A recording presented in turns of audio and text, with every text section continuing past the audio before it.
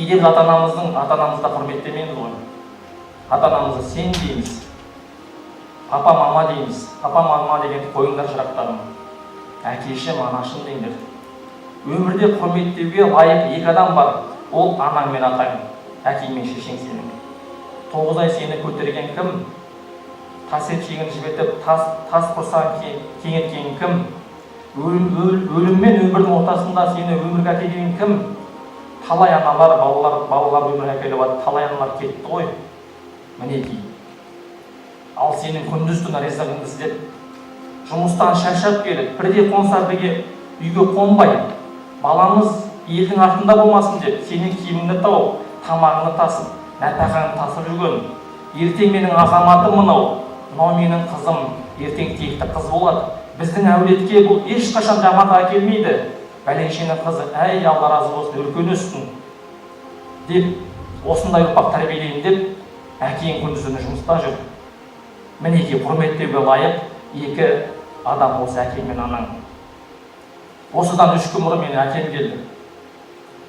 Біз 5 бауырымызды жинады. Біз жиналмаймыз бесеуіміз. Кезінде бір шаңырақтың астында өстік барлығымыз. Ол кезде бала едік, ойын баласы болдық. Содан кейін Алматыға келдік барлығымыз. Қазір бар Алматыда тұрады. Сонда әкем келген кезде біреуі жұмыста, кейде біз жарыста боламыз. Біреуі басқа жерде, біреуі басқа қалада, әкем басын қоса алмайды.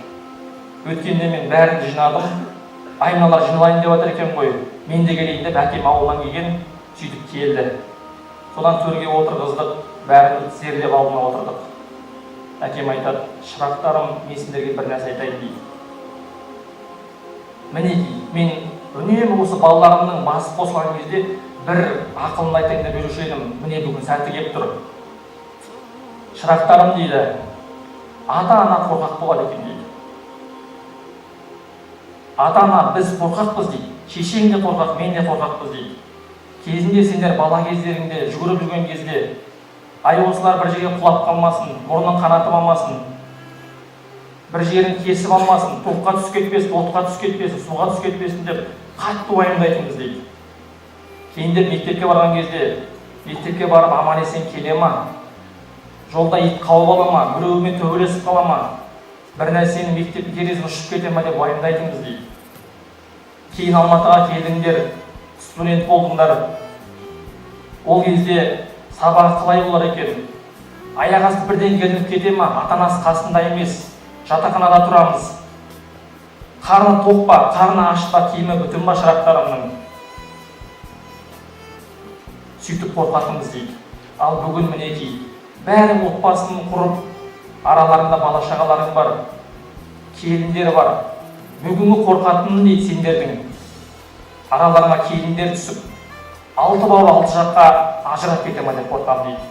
Шырақтарым дейді, сендер мана жұдырықтай болсаңдар, мінекей келіндер ешқайда кетпейді дейді.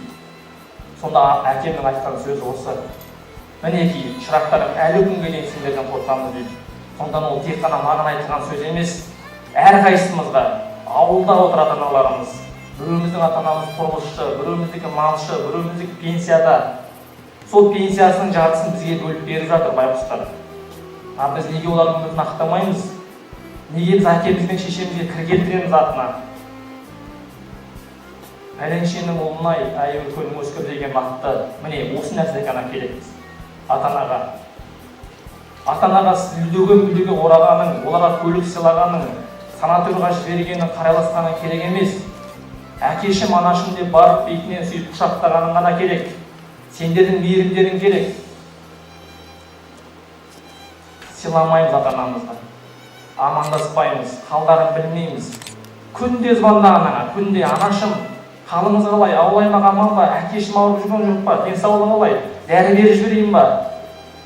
Ата-анаң өмір бойы қастарында тұрмайды. Кейде қазақтың жігіттері, қыздары емші балгерге барып, жолым болмай жүр, жолым байланды, жолымды ашып беріңізші дейді. Сен өмірдегі ең қасиетті екі адамды ренжітіп жүрсің. Қалай сенің жолың болады? Жәннат ананың табанының астында. Сендердің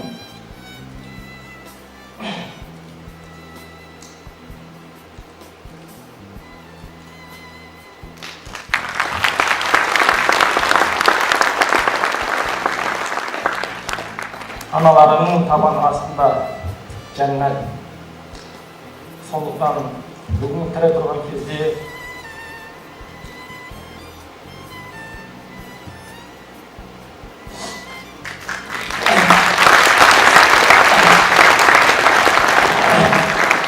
аналарыңды сыйлаңдар. Егер ата-ана сендерді қарғайтын болса, міндетті түрде қабыл болады. Егер ата-ана батасын беретін болса, міндетті түрде қабыл болады ол. Менің бір досым болған, өте бұзық бала болды. Сонда шектен асып кетеді ғой, мысалы, бұзықтық сондай. Сонда бағанағы әкесі қарғады, арағын ішті, темекісін тартты, төбелесті, ата-анасына жаманшылық істеді, бағана сыйламады, құрметтемеді. Иттің баласы, сен адам болмадың, сенің баратын жерің түрме деді. Әкесі кәдімгіден налып айтты бағана кісіге. Сонда әлгі бала түрмеге барды, сотталып тынды. Ата-ананың жылатқанның кесірінен сояққа кетті.